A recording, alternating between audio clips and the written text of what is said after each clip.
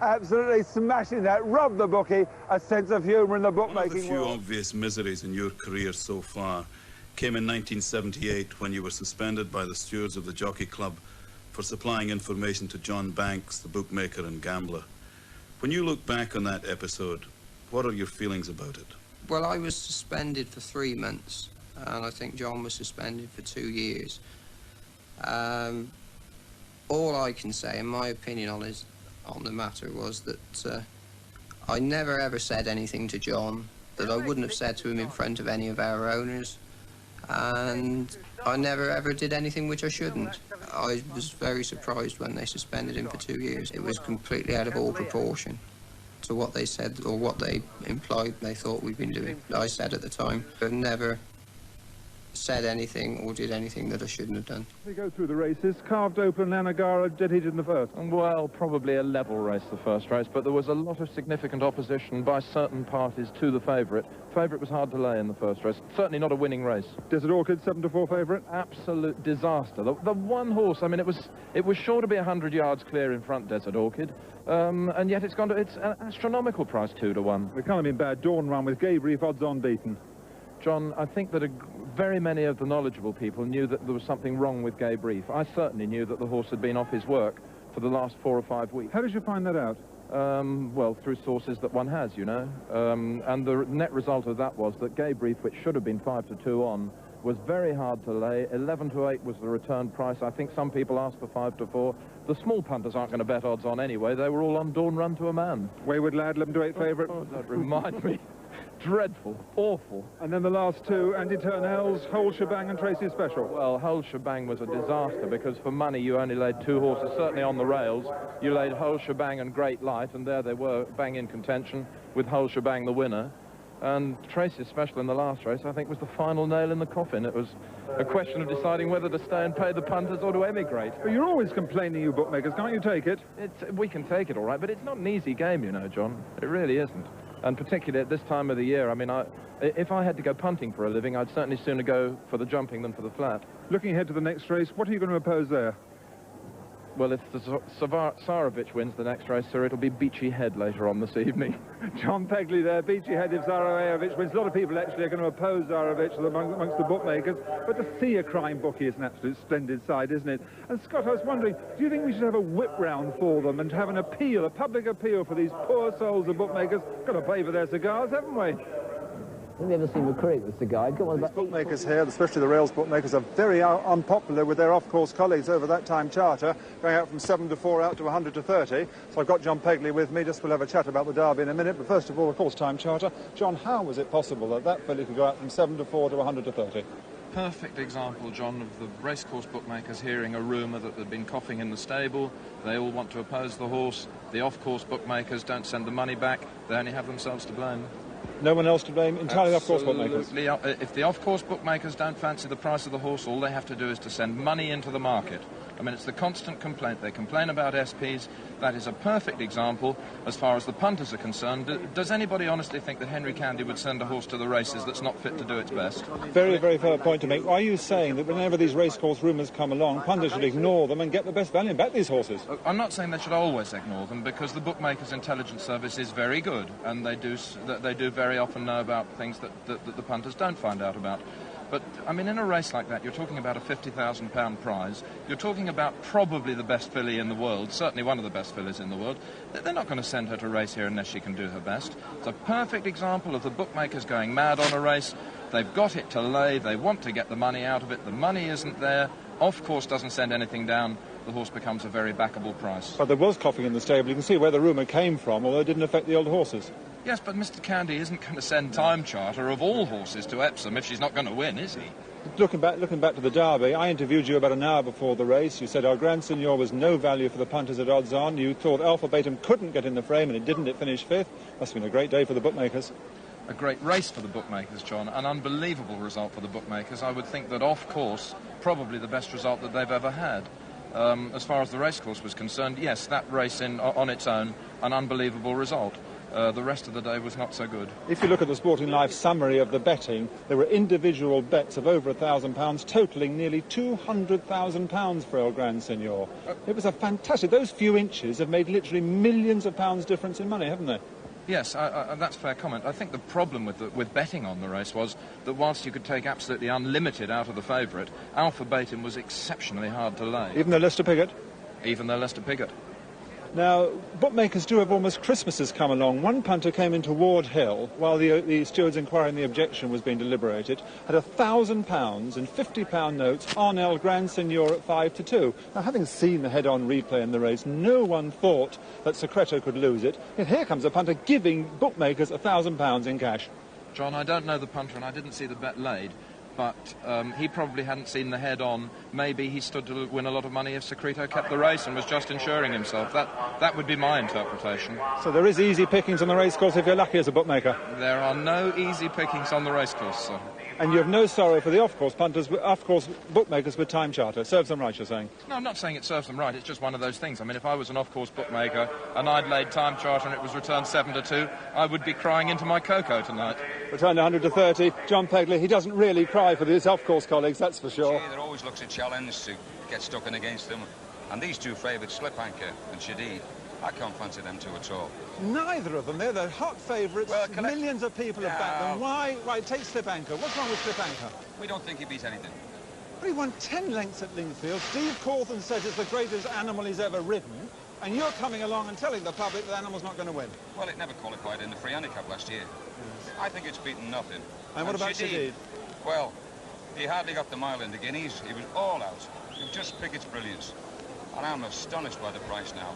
So you're a Liverpool bookmaker, you come all the way from Liverpool, you are going to lay Slip Anchor and Shadid up to your eyeballs. Now, you've got some champagne here, I see. That's off the first race. Ah, Calixtus off the first race. But all Calixtus, yeah. Right. And also now we've got Theatrical and Leicester Piggott's mount. What's your feeling on him? Well, he's a chance, I suppose. But I really fancy Low Society. It ran round Chester, it skipped round the bends there. It's rather similar to his, Chester. And I would advise punters each way on him. Very good bet. Very good bet. Law Society, says Pat Whelan. He is going to lay the front two so heavily, Slip Anchor and Shadid. We Slip Anchor fans, we don't wish him any luck, do we? He's dominated this sport for 4 decades. So it's a terrible bad, terrible sad day. Has Leicester given the bookies a hard time over those years, though? And with Ralph Harris, who is the oldest bookie in Britain. Ralph, first of all, Ralph, how old are you, chap? 87. And how long have you been coming to York? 65 years. And how's racing changed? How's betting changed in that time? Apart from the fact that you're a multi-millionaire now. Well, what difference it makes? Money's not anything. The point is that as long as you're breathing, you're all right. You see? But do they say the going is so good for bookmakers that they go on forever? No, the point is that since the taxes dropped, people come racing, and they like it. And we oblige them, you see. And you bet punters and you don't bluff them and all that nonsense? No, nothing. And I hope you're one of the good bookmakers who will go a quarter of the odds, 1, 2, 3, 4. Yes. You do, Ralph, don't you? You're a good boy. And more. Right. And they come up very often for that, you see. Right. What sort of e-born memories have you got? Any bad losers for you? We love to hear you losing money. Well, it makes no difference if you lose, because it's only figures. In other words, you're going to get it back from the mug punters, is that Eventually, at the end of the year, we show a profit. And it's a good game, bookmaking, isn't it? Healthy? It is if you've got brains. Yeah, but that was ruled me out. I used to be a bookmaker. I couldn't make it pay. I used to envy you, Ralph. You know, you coining in the millions, me having to walk home all the time. Well, we served our apprenticeship as young boys, see? Of course. Making a book in the shilling rate. Yeah. And we used to have peas and pies for our tea those days. Now it's a different... Champagne and smoked salmon for you bookmakers, isn't it? That's if you can eat it. right, let's see. How are you doing on the e-board quickly? You're going 4-1 joint favourites. That's fine. So how you go? You're altering a price. Go alter a price for us, Ralph. Who are you going? 5. So you're leaving Horn Dance in as favourite, are you? Yes, sir. Horn Dance 4, 5 Sapiens, 5 Cossack. I think you're being a bit mean, you know, Ralph. Yes, we're going, those prices. We're going bigger as we go. You're going bigger. Good for you. Once you lay a big bet for favourite, then we go bigger. Of course.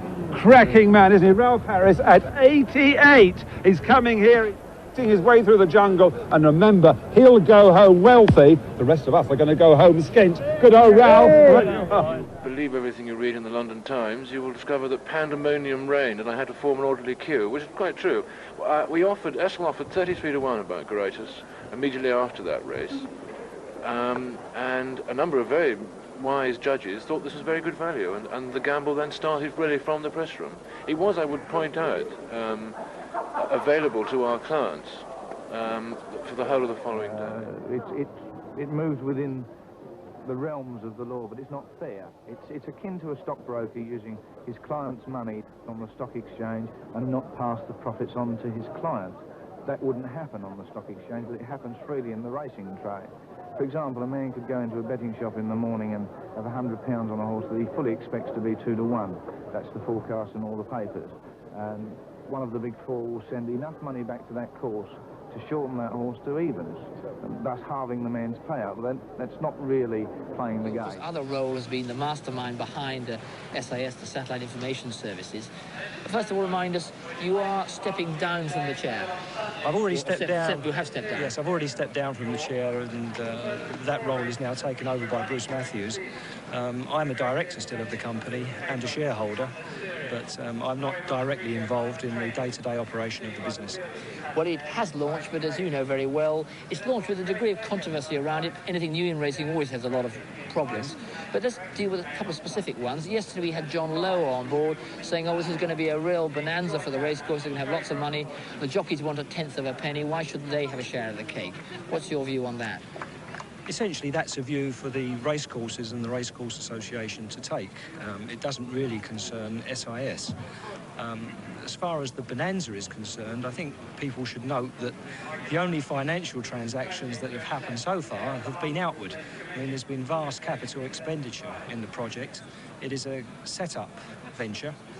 I think the shareholders believe it is a very good venture and it will be successful, and it was very successfully launched, as you know, last week.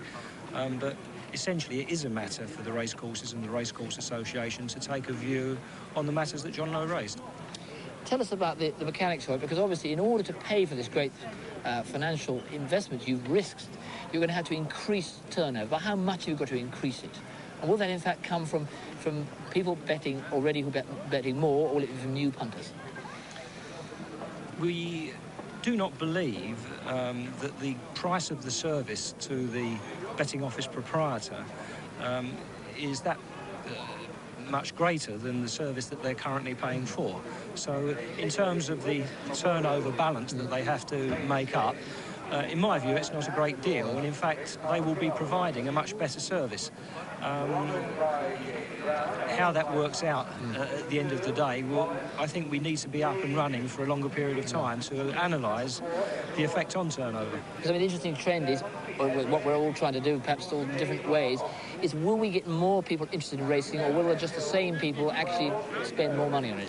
I'm sure we will get more people interested in racing. I mean, when SIS is fully operational throughout the country, we will be beaming to perhaps 10,000 betting offices, and I think we will be bringing the excitement of the spectator sport of racing to a much wider audience and a much more responsive audience, and I think it will improve attendances at racecourses, and indeed the money that racecourses receive from SIS, I think, will improve facilities for the racegoer. So this is Bookmakers in a benevolent, not a greedy light, you're saying?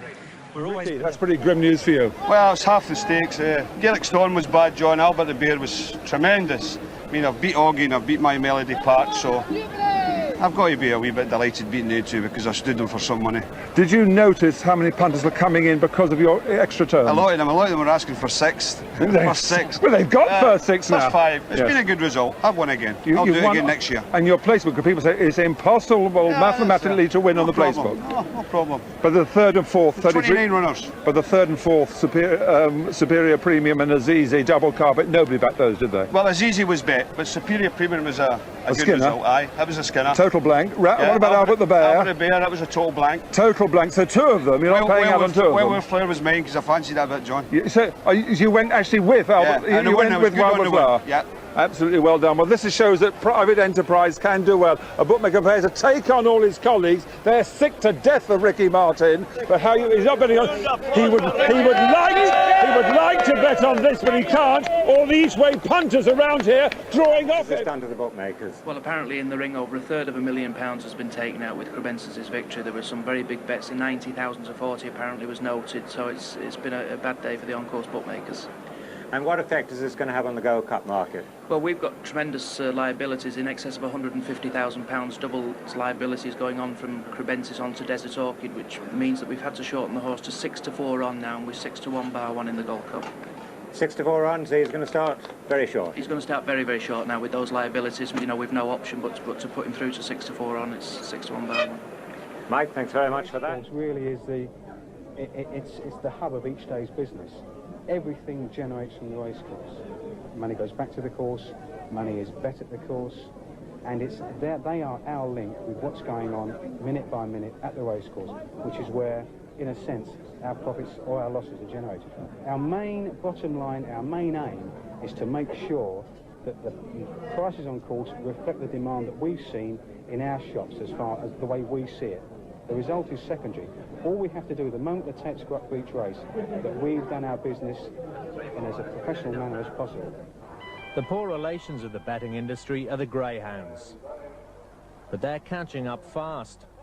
Even small meetings like this attract a growing off-course betting interest and the men with the phones.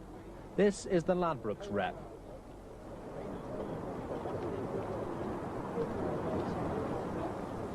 But in greyhound racing, there's yet another unfairness. The big boys grab the best prices, while the ordinary punters wait and watch and lose out. On the 3 dog, Roy. Have you? Yeah. If the punter stands back and thinks the price is going to go bigger, and then the big firms like Ladbrokes, Carroll's Hills, they come in and take that price, then the public have stood back and waited, and their price is gone. So it's between the devil and the deep blue sea. They take the price you offer, or they leave it for the big firms who take it in front of them. Which doesn't please regular punters. Well, I bet 50s, 100s, a bit of a nut. I own a couple of greyhounds, actually, so I like to think I know what I'm doing, but to be honest with you, you won't beat that lot. If you beat him, you are good. Well, put it this way. Where is he? See him down there? See with the glasses? I'd like to trip him down the steps. Because he stands there and he just goes, bang, Ladbrokes, money. You've lost it. The big three are even more entrenched in dog racing than in horses. They own 5 of the 9 major greyhound tracks. I must make one plea to you that Entrepreneur, Michael Stout's horse's favourite now for the 2,000 guineas in the Derby. You could get about 34 to 1 for the double, 6 to 1 in the Derby, 4 to 1 in the guineas. Don't think the bookmakers will lay you 34 to 1. They won't. If you want the same horse coupled in the classics, you get what they call special odds. That it means it's under the odds. So don't have the bets and write to me complaining that the bookmakers won't lay you the full doubled multiplied odds. Whatever the rights and wrongs of the case, they won't do it. It's not 34 to 1 Entrepreneur to win at Newmarket in 8 days' time, and then the most famous race in the world, the Vodafone Derby. You won't get 34 to 1, I'm afraid. Entrepreneur. I don't quite understand that, Mac. If they're advertising those prices, you said what are the rights and wrongs, but surely if they're advertising those prices, why can't you have a double at the advertised prices? I can tell you quite clearly why you can't, Tom, because I think 35 horses have completed the double, the Guineas and the Derby double. And once it wins the Guineas, the horse is not the price that's advertised now for the Vodafone Derby. Whatever the rights and wrongs of it, no bookmaker could possibly lay. Nashwan, for instance, completed the double in '89. No bookmaker could possibly lay these very big prices on the double, so it will be special odds. We can argue whether it's right or wrong, but don't expect the bookmakers to lay the full multiplied odds, the same horse in 2 races. They just simply will not do it, and the statistics back up their reluctance. Well, I'm going to put that point to David Hood of William Hill. Big Mac's saying that Entrepreneur, if you want to back him now for the Guineas and the Derby, you won't get the 34 to 1 that is the actual multiplied odds of the horse in both races. Why is that? It's a related debate, basically, Derek. You same horse. Now, the odds for one race is dependent upon his performances up to then. Obviously, when you've had a trial, with this case Romanov, you react to that trial with regard to the Derby. Now, if Entrepreneur wins the Guineas, he's never a 5 or 6 to 1 shot for the Derby. So he's likely to be a 2 to 1 shot for the Derby. But he's not a trial for the Derby, it's a race. It's at the end of the day, it's a related double. It's the same horse. Now, you could back 2 horses and get the actual odds, but when it's the same horse, it is a related type of bet. So for that reason, that's why it's somewhat reduced. post. Is this in the Bookmaker's manual, or is it an unwritten rule of racing? I don't know. I haven't read the manual for quite some time, in actual fact. But, you know, we play fair by it, and generally speaking, people do like these type of bets. You know, nobody breaks arm to have them. If they're very keen on a horse, that's the reason they go and have the double. Thanks, David, for coming on. Now, when you come racing, you can bet either with the tote. There's plenty of booths around the course, the money goes into a pool, and the winnings are distributed from that. Or you can bet at the racecourse betting shop, bets that you have in the betting shops off course, and then you're charged here 6% tax. Or you can bet tax-free, mainly in the main betting ring. That's the Tattersalls ring, where the bookmakers have all got boards, their prices are up, and you can compare. So if one bookmaker goes 7 to 1, another goes 6 to 1, clearly you go to the one with 7 to 1.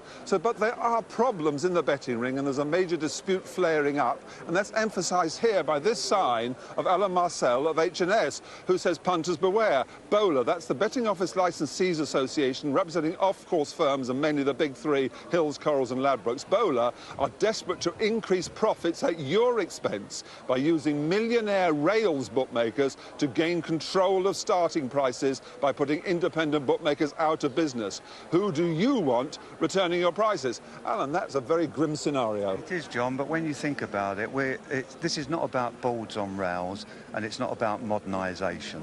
The rails bookmakers, whether you believe it's about that. We can quote an instance of Ascot, the last race of the day, where Frankie Dettori rode Fujiyama Crest. He had 7 winners that day. He had 7 winners that day. Warwick Bartlett of the Betting Office Association, off-course bookmaker, scathed us in the press and said that we weren't doing our job properly. We stood there that day with the Stephen Little, Gary Wiltshire. They took them on. They had to then come into the ring and shorten the price up even further. We held the price at 2 to 1. Warwick Bartlett was correct. We didn't come to the aid of the off-course market, and we didn't protect their interests, but we did protect the punters' interest. Now, Bowler are a very powerful organisation, very powerful, but fortunately, around us, and viewers watching, are somebody even more important, and that is the punter. Now, the punter contributes £50 million per year. Every year, we have a squabble between everybody over their money. I cannot survive, you wouldn't have a job, the betting shops wouldn't have jobs without the punters. And the punters do not even, they have tried desperately to get a seat on the BHB, and they have been refused. Why should the punters not have a say in how their money is spent? Agreed the punters should be on the BHB, but people are saying you're reactionary, that all the rails bookmakers, or many of the bigger bookmakers, want to put up boards so the public can see the prices just as they can with you. John, why are you living in the past? John, in the negotiations, I spoke to you last summer up there. You came up with an idea.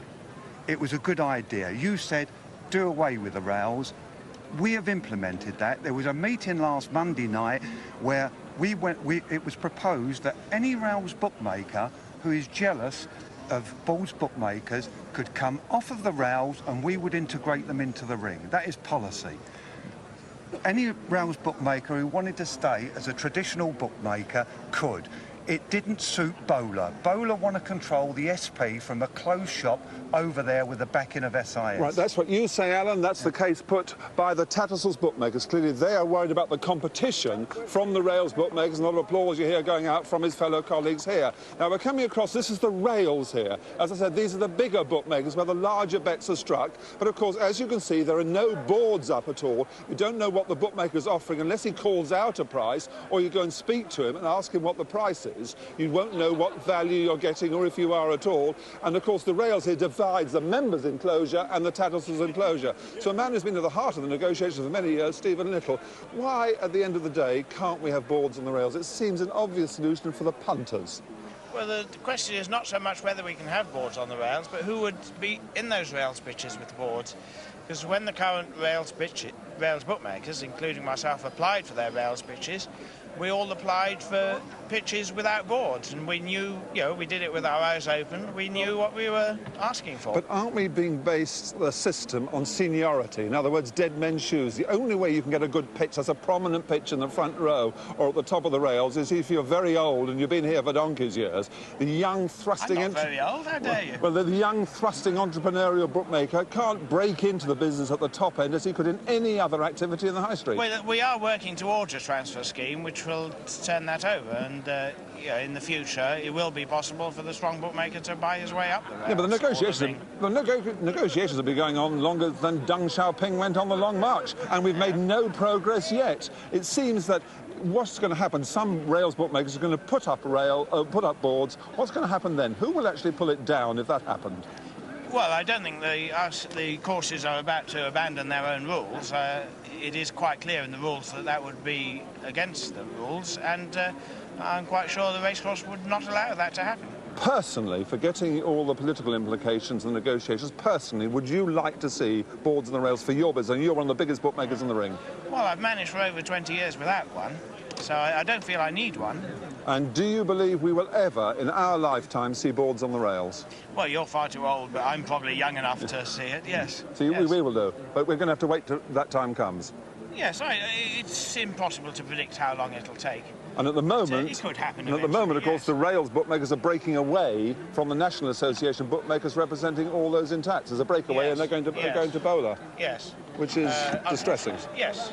So that's the current position. Internecine warfare among the bookmakers. They can't agree among themselves. Now, I find it absolutely incredible that the rails bookmakers who propose to put up the boards, who want to modernise the whole industry, not one of them are prepared to come on camera and put their position. They've spoken in the press. They've told of one or two bookmakers might even put up a board themselves and see what would happen, but nobody would come and explain why they want to change, which I believe they ought to do. It seems quite incredible that the opposition is allowed to put its case. They've nothing to hide, the rails bookmakers. They've got a very, very fair point of view to put, and not one of the 40 of them are prepared to come on television and explain their position. I find that outrageous. When did you first go racing? Can you remember? About 70 years ago, 1924.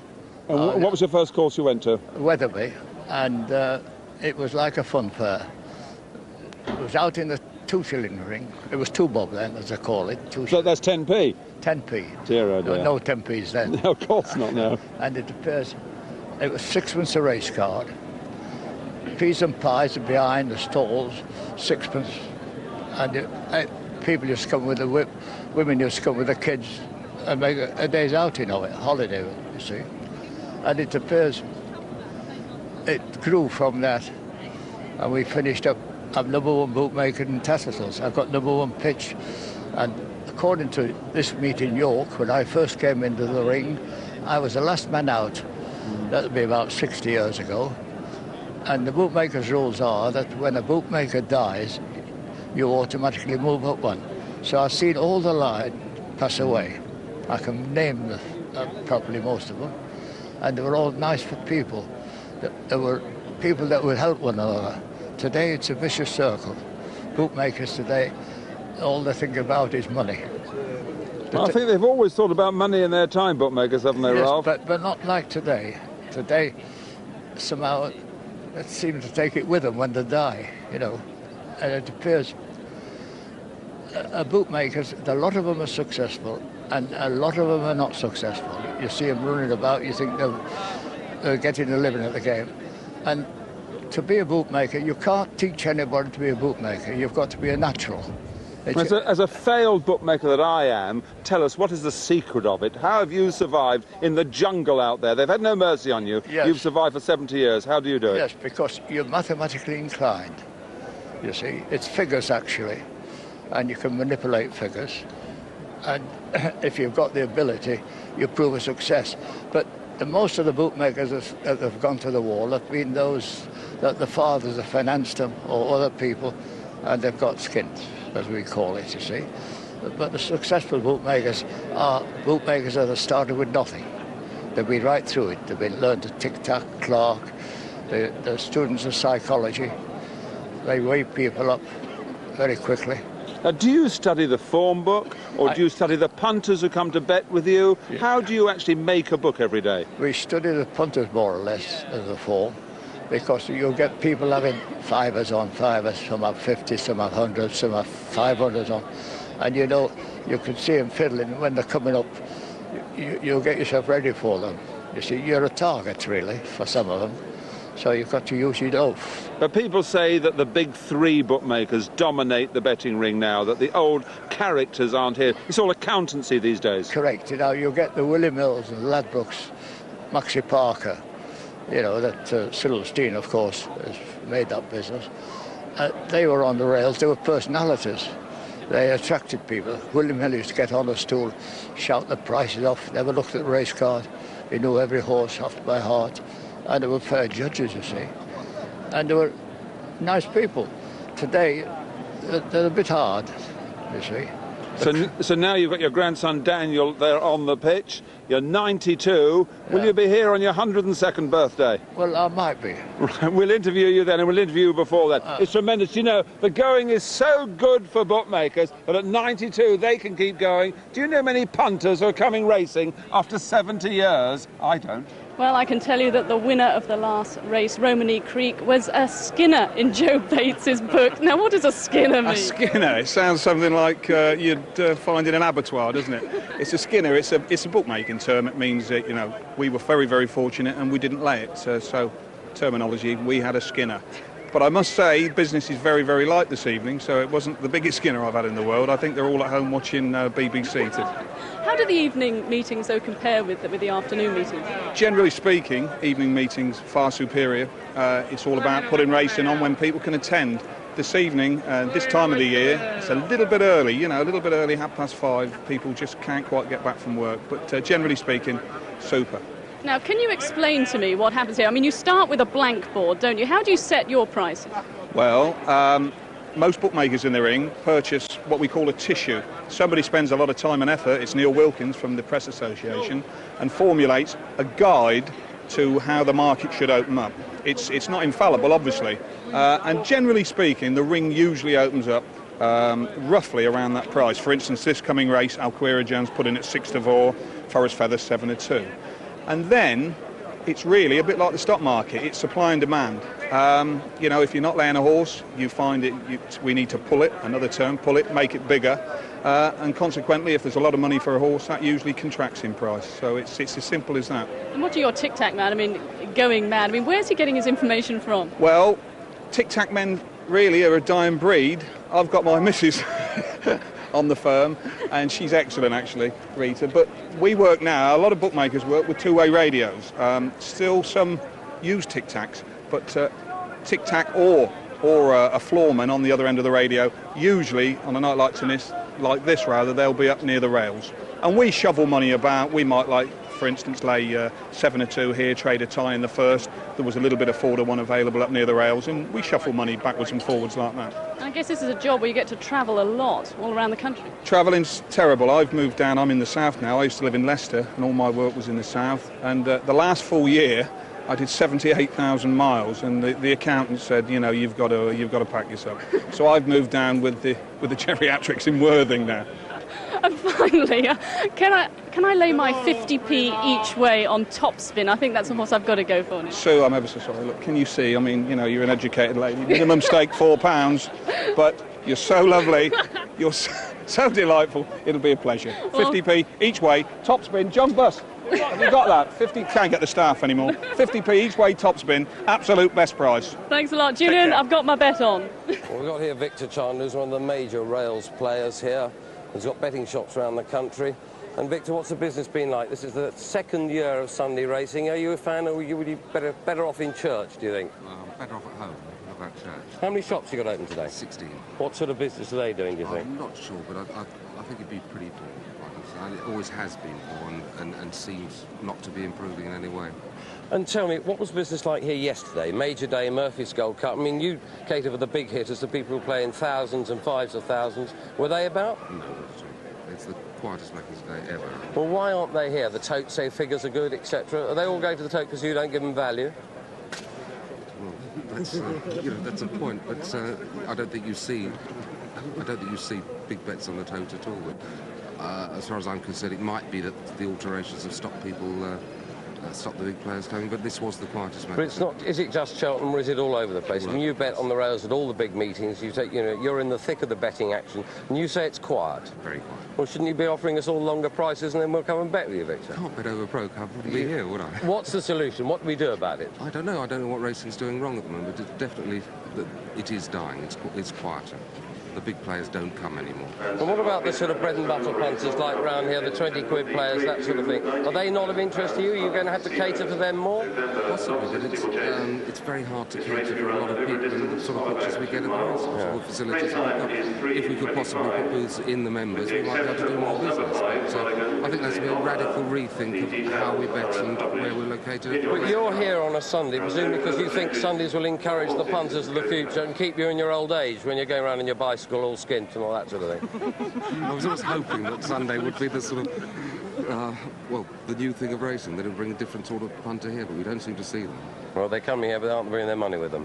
OK, Victor, thanks a lot. Whether being a bookmaker is a thing to be over the last few days, a matter of dispute, but no doubt the repercussions of Frankie Dettori's unique seven-timer at the Festival of British Racing at Ascot continue to reverberate. And there was a fascinating letter in today's Racing Post from Jason Daniels from Ilford in Essex, and he asked a very pertinent question indeed, does Jason. He said, you know those bookies, you know the ones who lost 20 million on Black Saturday, are these the same ones that claimed a profit of £95 million after Euro 96? A very, very fair point to make. But the man who helped return the starting prices was Doug Newton, Chief SP reporter of The Sporting Life. And Doug, the accusation from the off-course firm is basically the system broke down in the chaos.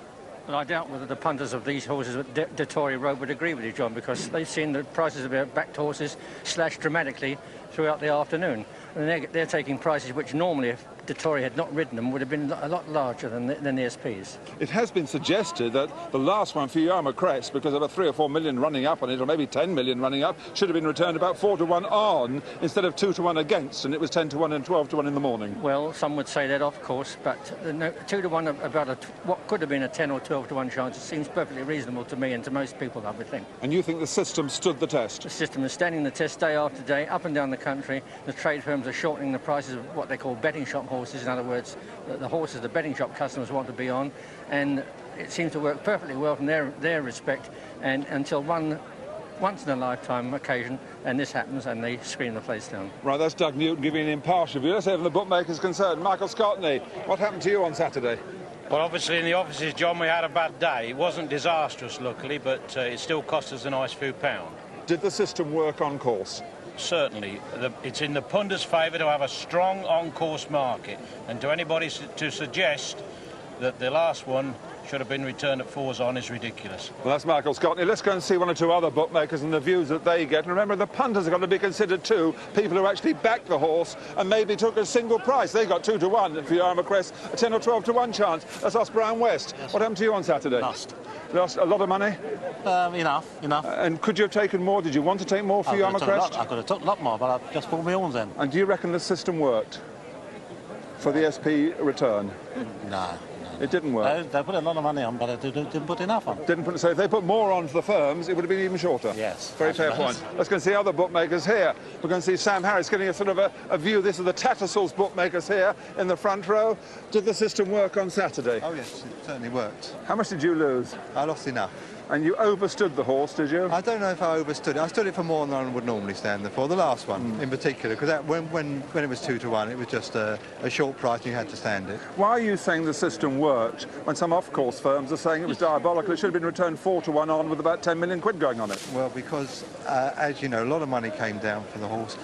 If it had been returned 4 to 1 on, you know what sort of shouts and reaction there would have been from the punters off course. It wasn't a 4 to 1 on chance, it was only a 2 to 1. It was a once in a lifetime event, and we paid for it. But I mean, we're quite happy to have been there, as we say, and it was enjoyable in one way. And you're still here. And we're still here, John. Let's go and find out here from the Fred Benz firm as well. Let's see the bookmaker reaction, and we get something different here. Hello, How John. did you do on Saturday? Well, we lost, naturally. I think every bookmaker on the track lost, but we still got enough money to go to another Italian restaurant. Did the system break down? The off-course firms are saying it should have been returned 4 to 1 on. What is your view?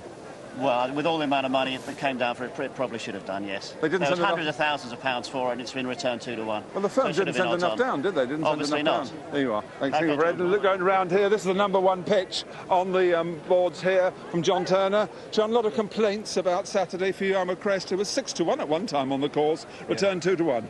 Well, it was a disaster, the whole thing, from the business point of view, but the atmosphere was terrific. I wouldn't have missed it for the world. How much did you lose? Pass. Pass. There you are, that's John Turner passing. But let's go and see the rails now. These are the bigger bookmakers on the rails, and these are the people who laid some of the bigger bets here. I'm speaking for Roy Christie here. How much did you do on Saturday? Tell us the truth. Let's just say it was a 5-figure sum. And far more than you would normally do on a race like that? Oh, much more than we would normally do, yeah. Now, some people are saying the off-course firms didn't send enough money down, and other people are saying they couldn't get on. Some of the off-course firms, the phones were taken off the hooks in the offices. Well, our phone didn't stop ringing. In the end, we couldn't take any more because we just couldn't physically get any more on. So you've got an off-course credit firm? We have, yeah.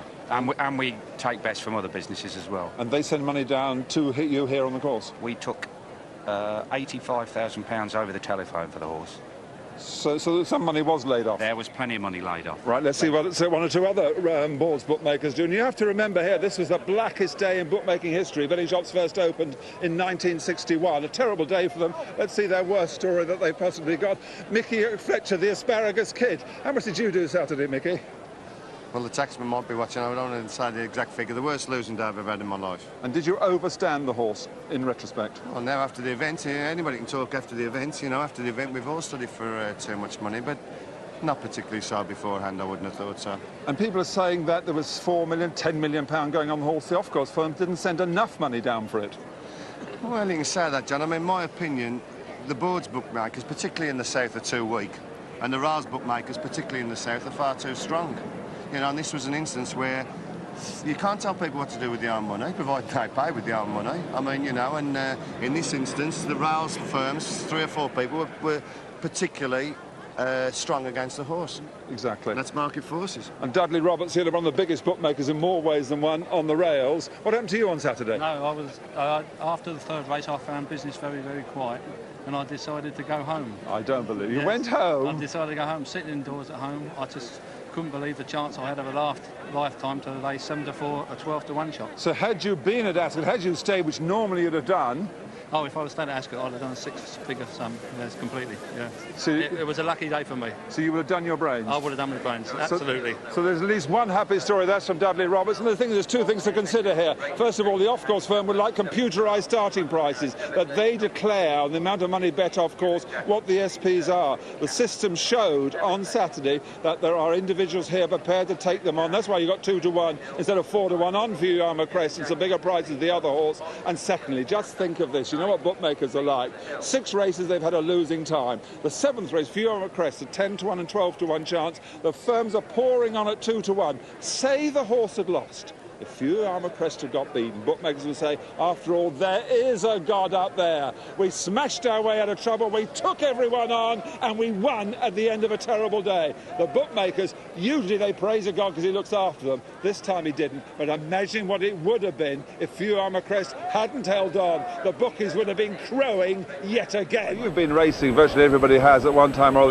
the other, and now that the new pitch reforms are about to come in, the days of doing away with the old sort of wooden ball stools that they have in the old joints, that is happening. This is the last year and a bit that you'll be betting like that. And a modern way of doing it is David Aarons has got it for Lou Rinn Bookmakers in Leeds. Look at this. This is the pattern of how joints will be.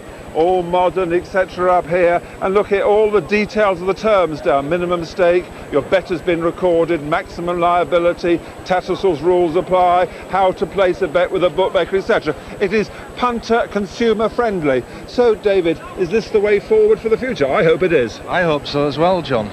Being a 4th generation racecourse bookman myself, and also being a managing director of a chain of plastics factories, I've interpreted the directive of the levy board to this format. The levy board visited me last Friday at my offices. I was a little bit disappointed with their attitude, but being a bookmaker and being in a position to develop a joint of this nature, the response from the bookmakers has been fantastic, and from the punters alike. I'm surprised to hear you say the bookmakers have reacted to it well. Somebody speak to me, they like the wooden stools, they like the old chalk, they don't want to computerise the betting tickets. To be fair, the traditional ways are sometimes the best, but unfortunately, you know, the dictation by the levy board means that if we've got to change, let a bookmaker who is aware of the efficiency of the joint producer. Explain the joint to us exactly. What is different about it? What's this here, for instance? Basically, this is a vacuum-formed top piece. This is 2 parts. This is a rough prototype, of course. It will all lock for security. We're using the traditional book method, but it can facilitate for a laptop computer. There'll be a touch-sensitive LCD screen incorporated rather than using the prices marked up. It holds the tape recorder so we can record all the bets. It's built around a lightweight aluminium frame.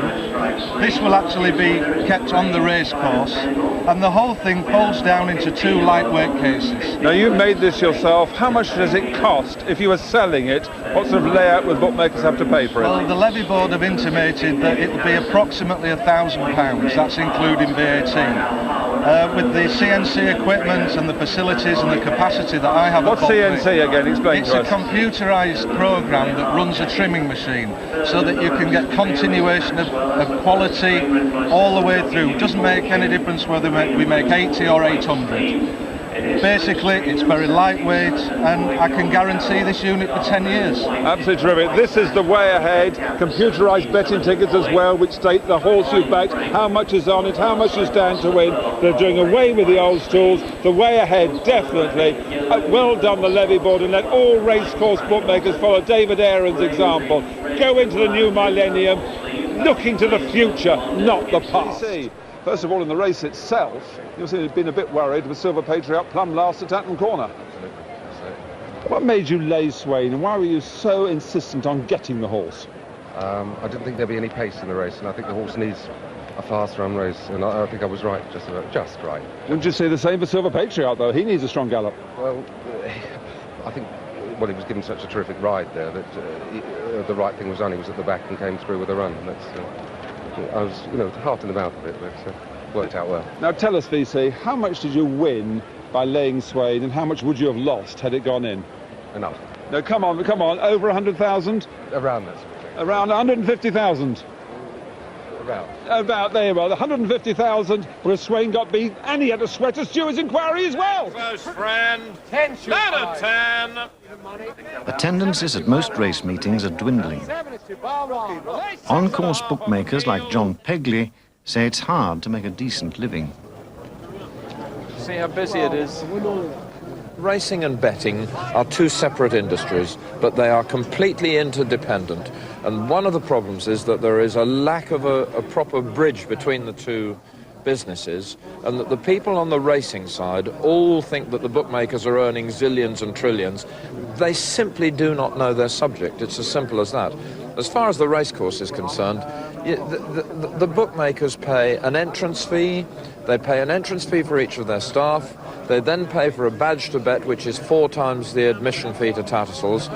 That comes to a lot of money a year. I work single-handed, me, as a bookmaker, but last year my racing expenses worked out at just over £35,000. That's a mighty lot of money that one's got to find before one starts thinking in terms of profit. And a good proportion of that is already going to the racecourses.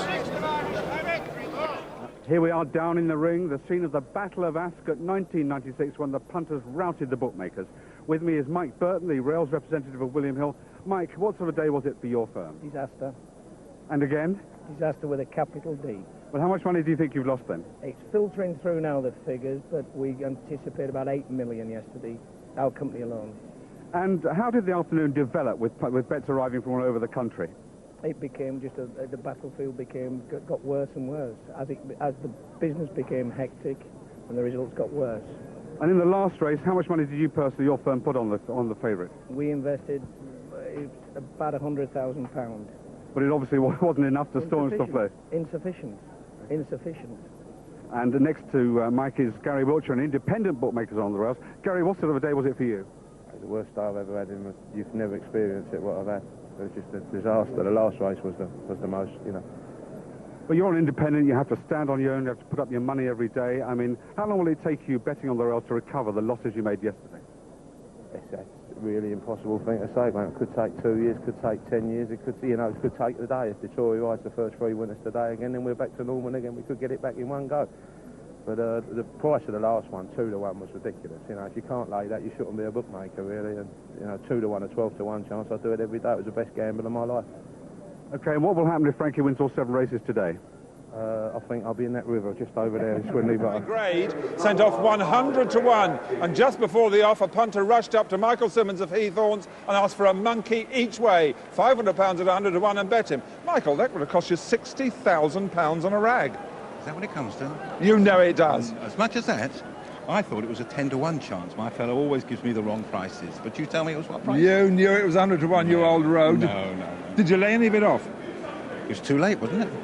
So there you are. So you really can get a big bet on the racecourse? Well, that person did on that occasion, yes. Not every time, but it's on that occasion. You're going to reef up £60,000 on 100 to 1 chance wins. You didn't take... How much did you take? What was your field book? How much did you take on the race? Oh, I don't know. Not as much as that. Not as much as that. Michael Simmons, so I'm always saying, come racing. You can certainly get on. Michael Simmons on the rails stood to horse to lose £60,000 at 100 to 1 chance. What would he have stood the favourite for, I asked myself? Betting shops right around the country, they were going a quarter the odds a place in the 15-runner derby. Now, most of the rails bookmakers, that's the bigger bookmakers down here, they were also going a quarter, and some boards bookmakers were not. They're perfectly entitled, as I said yesterday, perfectly entitled on the rules to go a fifth the odds. It's only in handicaps where they come down to a quarter. So my criticism was that people off course were getting better terms than those coming racing. But the racecourse bookmakers have taken quite exception to that. And one of the leading boards bookmakers, Dave Saffer, Dave, you thought I was unfair. Well, you were highly critical, and when you said you were it was detrimental, your remarks about the racecourse bookmakers. In fact, you were slagging us off.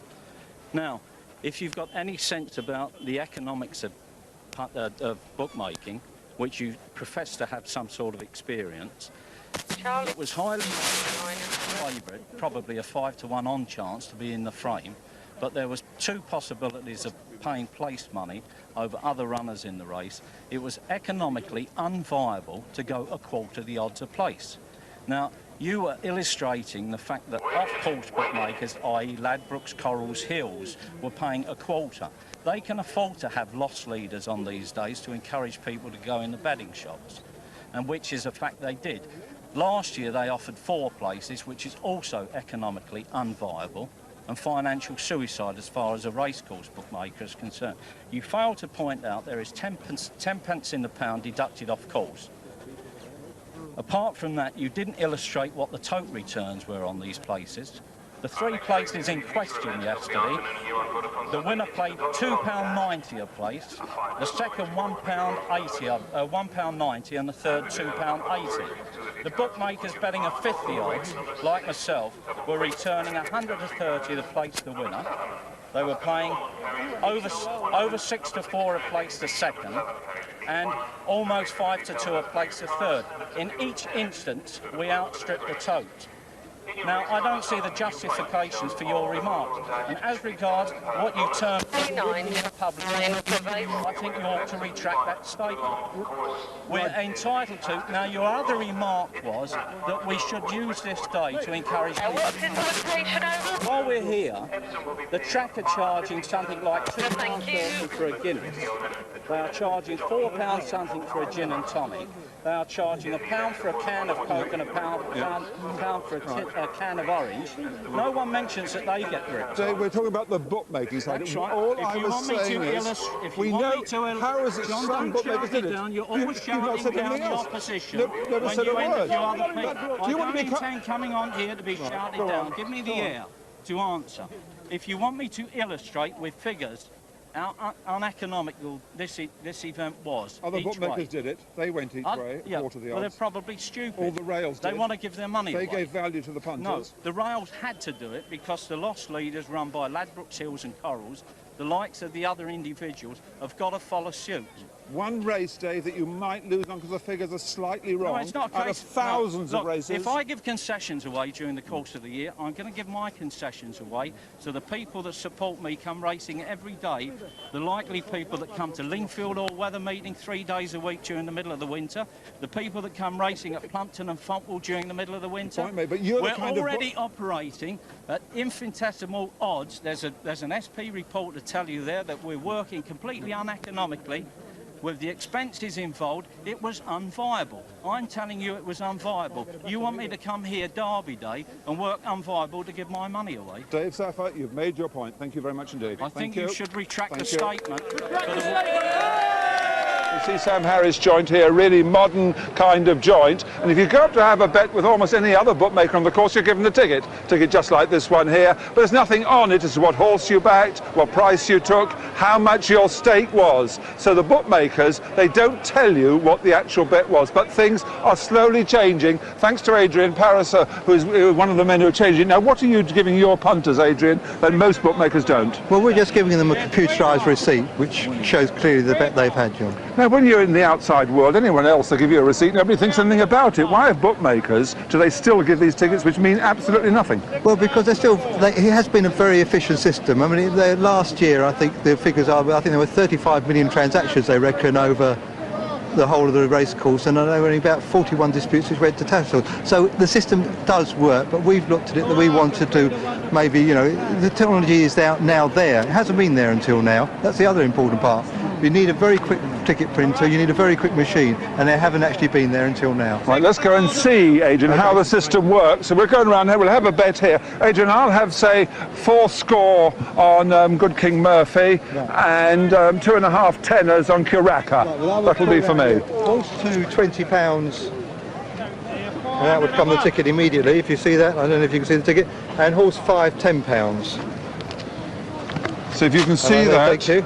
I don't know if you can see those and tickets. here are the 2 tickets that have come out, and you can see them here. Sam Harris, I've had Good Lord Murphy, £20 to win at 4 to 1, and I've had Curaca, a tenner to win at 5 to 2. Now, I'm not paid on yet, but that's a separate issue. But on this here, you can see as how the prices are changing and the bookmakers' figures. I won't explain how they work, but you can see how much is take out. Claudia Electra takes out £765. That's a bad horse there. Good Lord Murphy is the other loser, so they're going to be clearly trying to lay colour code to try and make that a loser. So fascinating, bookmakers can see what their field money is, the percentage running up, and it's much easier for the clerk. I used to be a clerk. This does make it easier for you, doesn't it? Very easy, yes. Does it? And what happens when you're under pressure and rushing? I have to listen. He's got to do his business. When you're rushing, is it hard? No, it's not hard at all. Right. No. So that seems to be the system. This is the way bookmakers should go. When you get a ticket like this, you know what the business is. The trouble now, I've got to reef up 30 quid to go and pay Adrian for my 2 bets, trying to get the lay of the day beat. Adrian, 30 quid I owe you. God, it's sickening, isn't it? Here you are. Here you are. Tenner there, and the score. Don't give me some of it back. Thanks a lot. Thanks, Adrian. There you are. And I got my tickets to prove it. You're saying we're the one who took the bet at 1 to 20. You were, weren't you? Yeah, I've had 20 to 1 bet on, and if they announce the result while we're doing the interview, I'll better have the paramedics here, or I'll have a loan of Mr. Carson's wealthy money. Yeah, if they revise the placings. I don't think there's any doubt that the horse is going to get thrown out, do you? I think it will keep the race, I think he'll keep the race, yeah. What about the Oaks in general? Because the opinion with the bookmakers is that Flight of Fancy, the horse that ran so well at York, is going to be the horse to beat. Well, just hold on, we got the results. The stewards coming through. The inquiry continues, but the stewards are now satisfied that the stewards are happy that the winner is unaffected. So the stewards' inquiry, the winner is unaffected, but it does continue. Well, my manager can stay in peace for the moment. Yeah. Well, let's just have a look now firstly at the Oaks betting. I mean, Flight of Fancy is the favourite at 7 to 2 at the moment. Time Away 9 to 2, but that's with a run. That was the horse that won at York. If that were to run, I would forecast it would start favourite myself. But you are getting the concession with a run. It's unlikely to at the moment. Taft Shears an 8 to 1 chance. And if you have a look at the others, Candice out to 20 to 1, the horse that ran placed here today and was back this morning. Now, what about the Derby? Mickey Fletcher will have some views on that in a moment, I'm sure. But here are the current best prices. Golan 2 to 1, Galileo 4 to 1, Dilshan 10 to 1 with perfect Sunday 10s. Asian Heights, now they took the 16s that. Yesterday's winner 10 to 1. Remember the last horse to have won the predominant gone to win the Derby was Troy. Celtic Silence 16 to 1. Naif is amongst those on 20 to 1. And Storming Home 25 to 1. So with me, Mickey Fletcher. Mickey, at this stage, Goland's the obvious one to beat, but 2 to 1, a bit short. It is a bit short, but the way it's going, there'll be no bookies there with the results are good with the last 2 days. I think Goland will win. I think Storming Home won't be in a place. I think he's certain to beat the 2 horses that finished in front of him at York. I think he was absolutely fantastic at Newmarket, Goland, and if he stays, he'll win.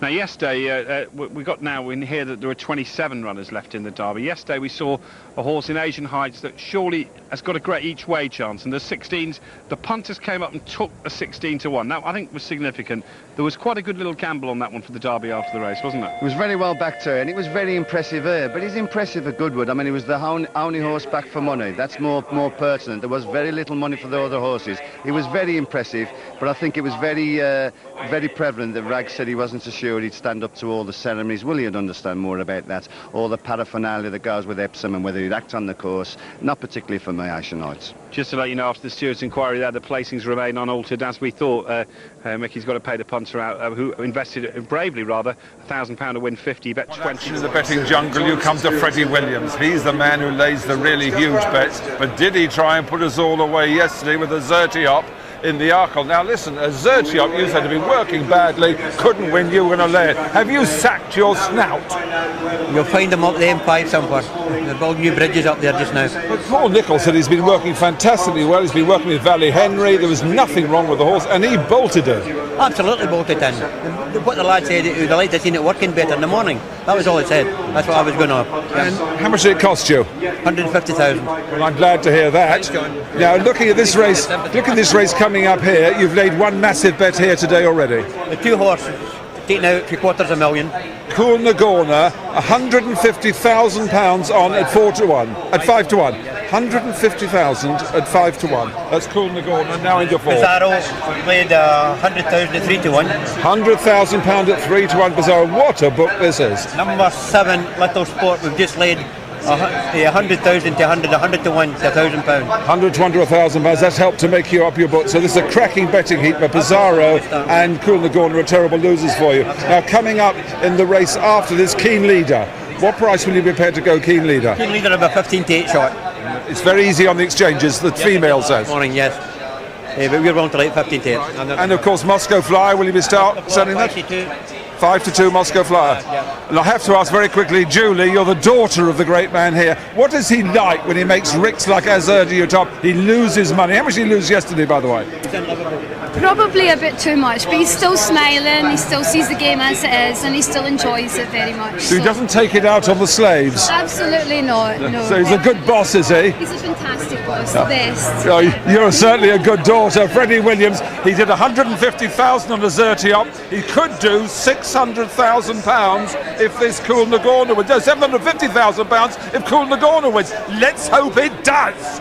1973, won at 9 to 1. Red Rum is the one that's finishing the strongest. He's going to get up. Red Rum is going to win the National. And at the line, Red Rum has just snatched it from Crispin. Red Rum is the winner. Again in 1974, won at 11 to 1. And it's Red Rum and this great local crowd giving him a tremendous ovation. But the worst came in 1977 when it won its 3rd. We were again 9 to 1 on that, and we got absolutely crucified. It was the housewife's choice. It's hats off and a tremendous reception. You've never heard one like it at Liverpool. Red Rum wins the National. Red Rum was so popular because it ran in the race year after year. And I suppose in 77, when it won for the 3rd time, that must have been a black day for bookies. Rum was the worst ever for the book. Hugely emotional, John. You've got such a mixture of feelings. On the one hand, you're incredibly excited about being at one of the best places in the universe, and then on the other hand, you know, you're missing the person that was so incredibly special to you, who made Cheltenham special for so many people. So yeah. And isn't it right that he's been remembered, the 4 o'clock race, named the Freddie Williams Plate? My whole family were so speechless when they phoned up to ask if we would be willing to allow them to do that. What an honour. You cannot believe that a racetrack, you know, with this stature and this kind of race meet are doing something like this, you know, and naming something after. And it just shows a huge mark of respect, absolutely. And you helped your dad for 7 or 8 years at past festivals. Yeah, I've been incredibly lucky. You know, I've got to work with one of the best in the business. There was a group of them, you know, there was Alec Farker, Macbeth, there was Stephen Little, there was John Banks. They were the most fantastic bookmakers who would be willing to lay and put their money where their mouth was, and my dad was one of those boys. And of course you're not laying the huge bets that your dad laid, but nevertheless you've been taking plenty of money. How have you been doing in the first 2 days? Oh, the first day, well, you know, I had to say to someone, do you think it's a winning day if you win £17.38? But, you know, yesterday, unfortunately, I lost. We were within kicking distance of the goal, but the last race really done it for us. I think every Irish person in here knew about it. The hats were going in there, John, you know. So. That was in the bumper, that done Gwyd in the bumper. Absolutely, absolutely. My dad always used to say, just pack up before the bumper, you know. If there's an Irish horse in the race and it's on, you know, you're going to get stuffed. So tell everyone at home the one concession you're making today in your dad's race at 4 o'clock. No, absolutely. In the same way we did in the Coral race yesterday, today we're going the first 5 each way. So, you know, if you want to go each way, come up, and we're doing that in the shops at home as well. Well, good for Julie Williams, absolutely tremendous. She's here going 5 places in the 4 o'clock race. Very few bookmakers on course will be doing that, but some bookmakers off course will. But in the opening race here, you are going 13-2 Chapel Goshen. I can see 7-1 the field. They're shouting against you there, Julie. It's then 7-1 Kia Khan and 8-1 Northern Alliance and 8-1 number 6 and 17-2 Tranquil Sea. But in the end, it's good to have Julie Williams back. She's not backing as big as her father and laying these great huge bets that Freddy did, but all the memories of a lot of people around here really remember Freddy Williams. Fantastic man, one of nature's gentlemen, passed away in the summer, but Julie is taking over the pitch. Great to see you, love. Thank you, John. Some people are saying yesterday was the worst day in 25 years for the bookmakers at the festival. It wasn't that bad, was it, Ellen? It was horrific. It really was horrific, because all the Irish guys are very loyal. They all come to me to back the Irish winners. 5 Irish winners yesterday. It's just a disaster. I don't know what we're going to do for money. I'll be pickpocketing by the time the week is out, I'd say. It has to change today. Voi Poreste's down the Kazi. It has to change today. Voi Poreste's is your lay of the day. Both your lays of the day, the first 2 days, have gone under, but it's now odds on Voi Poreste's, the bookmakers are forecasting. Odds on, money gone. I told you that last year. You'd be better off going away having a score and a 12-1 shot each way instead of having your 100 to win 80. If he gets beat, if he can't come up the hill, your 100 is gone. End of story. Forget. To have you back aboard at the end of the first week in 35 years, the betting was tax-free, of course. Now, one of the big problems envisaged on the race course is, of course, that people would sit in the betting shops, wouldn't come racing. Well, I must say it's not happened here. There's a cracking crowd here. But let's find out from one of the leading rails bookmakers, Pat Whelan. Pat, what difference has the tax, no tax off course made to you? None at all. So you reckon nobody's staying in the betting shops and not coming racing? I think they're different kind of punters.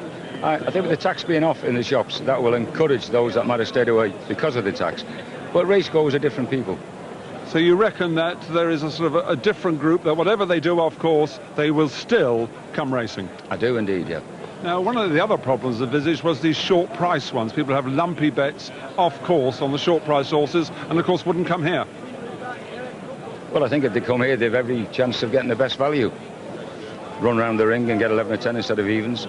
But it was one of the great selling points, wasn't it, when the tax was 9%, it was cut from 4% to 0 a few years ago. Huge attraction to come racing. That's now gone. Indeed. They've been a lot driven underground then, so they come out the woodworks when the tax come off originally. So things not doing too badly. This has been a pretty grim day for the bookmakers. Ellen Martin, Ellen, how bad has it been for you? I have a phrase I coined myself. I am losing my cax. So I'm having a bad day. The only relief there was a Pointer, Why So May. I'm looking at him every Sunday down in Cork. Did me a favour, got a few quid back.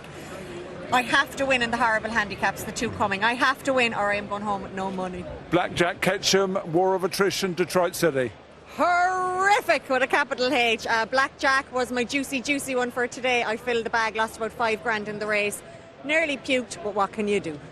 Barry, they were pretty grim for the bookmakers. Yeah, started off really bad. It's like Tuesday all over again. Well behind after the front three. Detroit City, Blackjack Ketchup, never eating it ever again. And that 3 horse, a war of attrition in the third race, bad results. Got a bit back there. We're going to fight on. We're still in front of the week. They can't get me back now on the week. I will get out of it in the last 2. But the handicap's tough to get out on. We're going to stand Andreas. But you made Blackjack Ketchum your Bismarck. I know I did. I stood it with 20 bloody large and it won. OK? You saw it win. Have you won here, Alan? Have you won at the meeting? Have I won? There you are. Have you won at the meeting?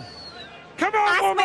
Ask me later! There you are. Some bookmakers have won, some have lost. 5-4 Denman up there. 5-4 Denman, John. I think it'll probably be labelled at that. There'll be plenty of people who want to be on this. Harry Finlay assures me it will win, and he's having his absolute cobblers on this horse, well, John. Got 8-1 Dom Dorgeville. That's a huge prize. I'll have a 500 to 60 each way. 500 to 60 Dom Dorgeville each way. I got 500 to 60 each way Dom Dorgeville. Huge Cheltenham for you. Absolutely fantastic, John. This is the ultimate in racing. This is the best we can offer. It's what everyone's waited for. The ghastly Euros, as you class them, the Irishmen will be coming across here today. There'll be men from Scotland, there'll be punters from all over the world coming to this what we are staging live from Cheltenham today, John. This is the ultimate in racing. Nowhere else in the world can put on a show like this. Right. Absolutely fantastic. And as far as you're concerned, this is your first bets coming in here and you can't switch the wretched thing off. Will you get really stripy into the thin ones, the short price horses, as many bookmakers believe they're going to do over the next 4 days? John, we will stripe, especially in this first race. I cannot believe Amaretto Rose will be... Excuse me. I cannot believe Amaretto Rose will be... It's a 5-2 chance at the moment. Yes, it's 9-4 in places, but... Well, why didn't you go up 11-4 and show us? Because I'll not need to go 11-4, John. There'll be absolute fortunes for this horse at 5-2. I'll not rub it off until I've reached beyond what would normally be my limit. I think it's absolutely overrated, and I'll be going out hook, line and sinker to get it. In all the times you've been a bookmaker, you've been known as a chauvinist. You hate women coming to have a bet with you. What are you doing with these girls round your hair? Well, John, there's all of a sudden I've changed in my life as I got old. I've become lecherous like you are and always have been. But these beautiful girls, they are the lifeblood of my sport. Yeah. I require these. My only way to make $1 million is out of these lovely young ladies. We don't want you sucking their lifeblood out of them. Oh, we do. I'm a bit embarrassed about your referral to my outfit, but I went yesterday into the hire shop and this was the only thing they'd left. It doesn't fit me, but it cost me a tenner to get out. More than that thing you've got on. But how can they fit your fat stomach in there? Look at the buttons are bursting on you. You are involved. But tell us in your stories about girls, especially coming to bet with you. You put them off. No girl's going to have a bet with you. Well, listen, I always say this when they go to Royal Ascot. Look at the way they're refined, lovely frocks, lovely hats, lovely shoes. Cost them thousands and thousands of pounds. Yeah. And what do? They come up like they're going into Tesco's. They've got this list and they stand there. Don't you stand in front of me and they say, I want £1 each way Frankie Dettori and £1 each way Kieran. Where am I going to get my mansion? Where am I going to get my living out of these young ladies? But as they're so beautiful, I love them standing. Have a look. Is this delicious or what? Just imagine if we were 30 years younger. I'm all right. I can still get it up, Barry. Have no fear about that. I'm not replying to that one, but we'll move on. What sort of stories have you got about punters having bets with you as a bookmaker? What are your worst or your best tales? Well, the worst tales, obviously, is when that rotten Frankie Dettori rode 7 winners at Royal Ascot, and the last race, I stood that for over £20,000, money I didn't have at the time. I knew where I could get it. I could borrow it off of John McCurrick if I needed it. But nevertheless, he won the last race, and I went home absolutely distraught because I didn't know I'd lost my house, I'd lost everything. But then we fought back. But this is the future. This is where racing's going. Wonderful women like come in racing with John McCurrick and me. And the worst job in life is to work with Barry Dennis. Here's Quack Quack here. Beautiful one. Now listen here, Quack Quack. How do you put up with this monster here? Pussycat, really. Don't you say that. You tell us the truth. He is a horrible chauvinist pig. Only about 3 o'clock in the morning. He's not really. Well, of course, it's Ellen Martin, absolutely magnificent, and also not too many bookmakers have pink gloves either. So, Ellen, you're a bit of a sort of phenomenon here. Pink to make the boys wing. You know what I'm saying? Not the old lines like That's that. my lucky lipstick. And when I'm in need of a few quid, I start lashing that on. So I'm only kind of breaking even. And I think it's kind of a losing day so far. So I'm not doing too bad. I'd say the lipstick is standing to me. I'm not doing too bad. I want to stand this jolly. Ingles Drever 11 to 8. Stand this jolly, yeah. A nice, short, juicy one. You know I like them short. So I'm trying to get them in the bag. So if we kind of get this out of the way fast to get the punters in, lash on the lipstick, and off we go. Now, is there a great problem have you got that Barry Dennis, the fat Ophir bookmaker, fancied you on the morning line this morning? That's not a problem, because the more admirers you have, the better. And you know, the thing about men is, if you got them on your side, you know, they kind of do a lot more for you around the baby finger. I've got you around the baby finger, and I've got Barry Dennis around this baby finger, so I'm flying. And the other results, Prince Vic, was that a bad result for you? It wasn't too bad. There's a bookmaker here, an Irish bookmaker in the ring today, who I'd really take note of his opinion, and I know from early on that he fancied our Vic. So I actually won something small in the race, which wasn't too bad. Lost my dough in the first race. He was back from 12s into 10s. Lost my dough in the second race with the favourite winning. I'm kind of ducking and diving, yeah, it's not too bad. I'm just waiting for a touch of a race, and I have a feeling again in my waters this is it. Right, I'm waiting for a touch myself as well, but I've got the female here. Female, what's happening? Priceless, you are absolutely priceless. So what's happening on your machine, female? As expected, this is the race for the exchanges, it's the race for the bookmakers. Ellen as well, you're taking on Ingles. The exchanges are as well. That's edging out to 6-4 and over Ingles Drever. It's not the one that's fancied. However, Casbar Bliss has come in for support. Wichita Lyman early on with the rains that's falling, that's drifted out again. Casbar Bliss and My Way to Solzen. Finally, the money's coming in for Alan King's previous World Hurdle winner, My Way to Solzen. However, is Blazing Bailey drifting out? Ingles is being taken on. I cannot understand our Marietta, how she gave those women who won the prize. Look what we've got here. We've got the gorgeous Ella Martin, and look at the female. No, she is fantastic. 13 to 8 now, Ingles. 13 to 8 on the machine, Ingles, so that's drifting out. But I tell you, would you vote for the ones that Marietta voted for and gave the prize to, or these two? These two, Ellen Martin and the female. Isn't she fantastic, my little female? Grandfather founded the firm in 1898. You haven't been betting quite since 1898, but you shouldn't have to be betting today. No, I'm not quite that old, Alistair. But tell me, day one, how'd it go? Day one, we had a bad day with the fancied horses winning. But as always in Cheltenham, there are swings and roundabouts. And tell me about yesterday. Did you get stuck into Denman? Oh, yes. I always get stuck into a short-priced one.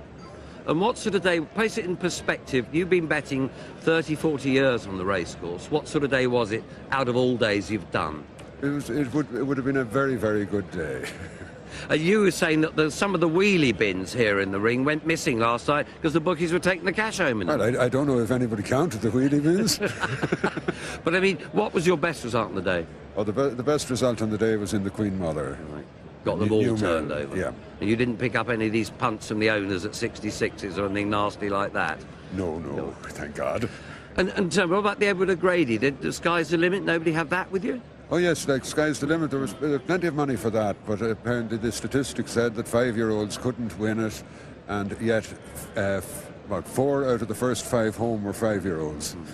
And what's your lay of the day today, then? The lay of the day today is a very difficult one to find any one horse to lay, but it'd probably be something like Basile's Star in the 4-miler. Yeah. There's a long way to go and lots can happen to it. Correct. Now, you've got to give it back to us today. We don't want you buying a new camel coat and putting something even more expensive in the trademark pipe. And the 7 o'clock Registrar and Frankie Dettori. Well, the problem with that is of the horses that have run, you'd have to go for Registrar, wouldn't you? Because he's done the best work so far. But it wouldn't take much of a horse to win this sort of race. It's a very moderate affair. So how good is All That and More or Curtain Bluff, for instance? As a bookmaker, what will you do then? Well, I'd hold those for the beginning to see if there's any money for them. But I tell you one I fancy there, one of Hughie Morrison's down at the bottom of the pile there, a horse called Kiawa. Now, there's a horse with a little bit of form. He's the sort of man that when he fancies his horses, they usually go very well. So again, you're the man who watches the market. Mac and I would watch the market with that one, quite honestly. And the 7:30, the top weight, All White Sweetheart. Well, you say about being the Bismarck. Well, I don't think with the sort of money we've got here tonight we can have a Bismarck, where we could have a frigate or a corvette or something of that nature.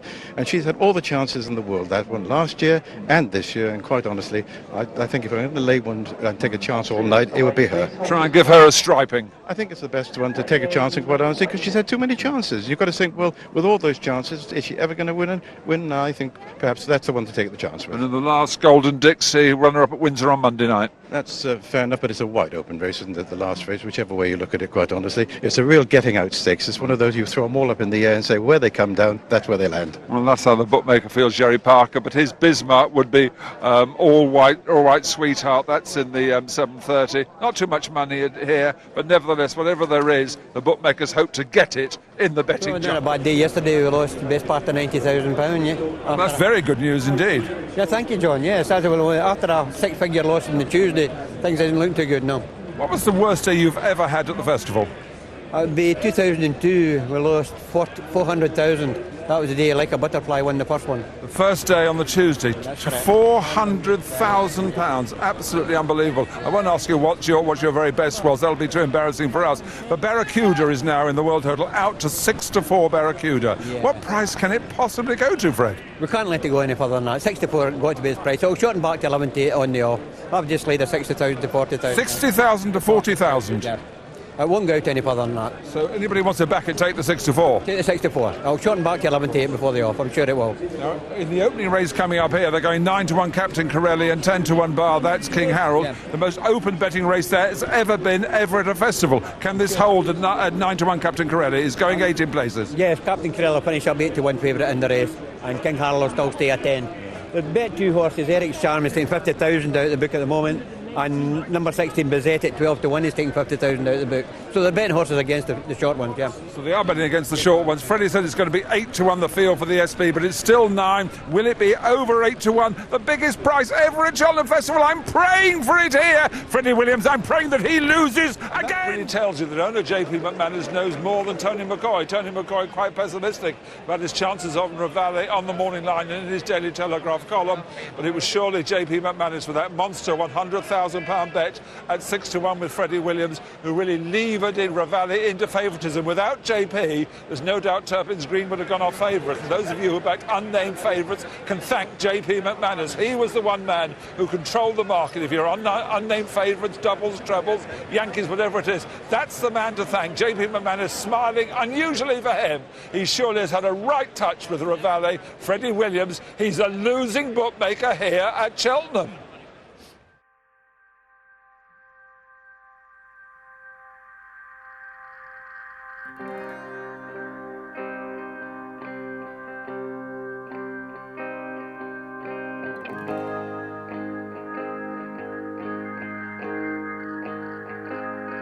Oh, the graffiti on the train. Oh, the graffiti on the train. Oh no, rolled into her life.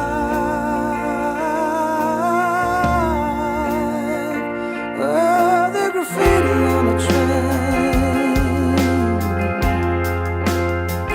Oh, sad, sad, he left his lover sleeping. Rain falls, he's drowning in his secret. Wet streets are quiet as a church hall. Last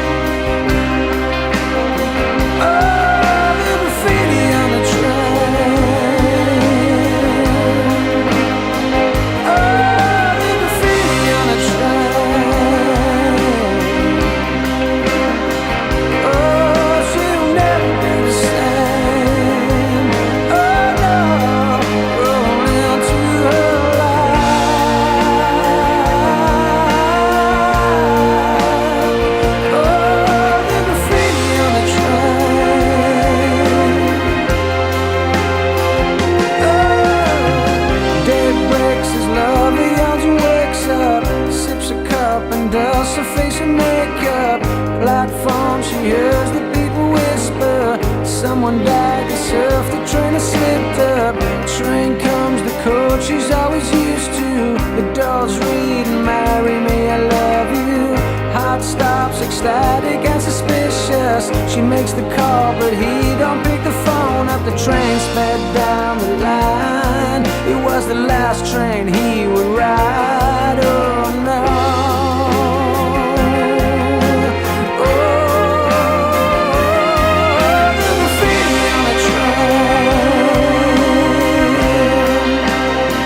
Oh, the graffiti on the train. Oh, the graffiti on the train. Oh, she'll never be the same. Oh no, roll into her life.